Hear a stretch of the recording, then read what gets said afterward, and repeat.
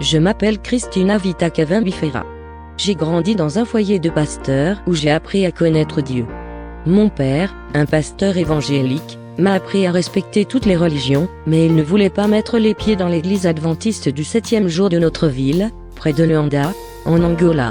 Il avait entendu des rumeurs négatives sur l'église adventiste qui l'effrayaient, et il nous a interdit, à moi et aux autres membres de notre famille, d'entrer dans l'église.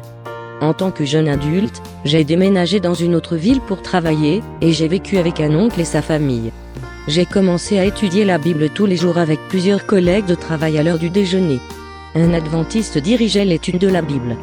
À part lui, tout le monde pensait que le dimanche était le jour du Seigneur.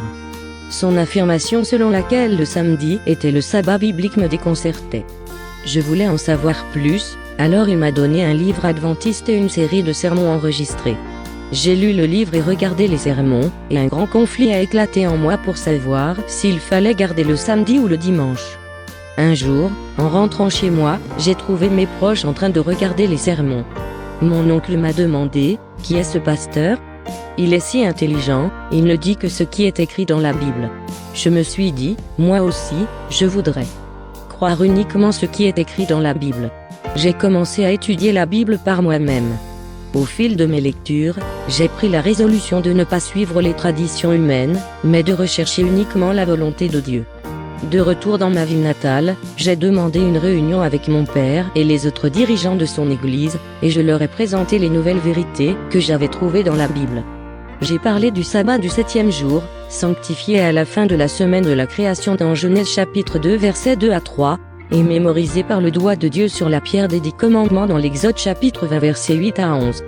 Pendant que mon père écoutait, les autres dirigeants de l'église ont reconnu qu'ils savaient que le 7e jour est le sabbat.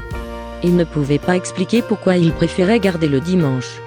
Mais ils m'ont mis en garde contre de rejoindre l'église adventiste. Vous perdrez votre poste de ministre dans notre église si vous le faites, a dit l'un d'eux. J'ai répondu que si je reste dans le ministère, je n'enseignerai que la vérité telle qu'elle se trouve dans la Bible.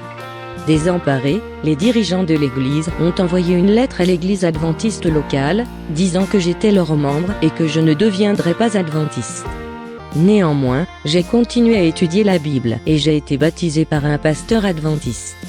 Aujourd'hui, je suis marié à l'homme qui m'a enseigné le sabbat pendant les études bibliques au travail. Mon cœur est rempli de joie, car 3 de mes frères ont été baptisés. Mon père et ma mère suivent des études bibliques, et j'ai la foi qu'ils seront bientôt baptisés. Veuillez prier pour eux et pour les autres membres de ma famille, afin qu'ils ne cherchent que la volonté de Dieu telle qu'elle se trouve dans la Bible.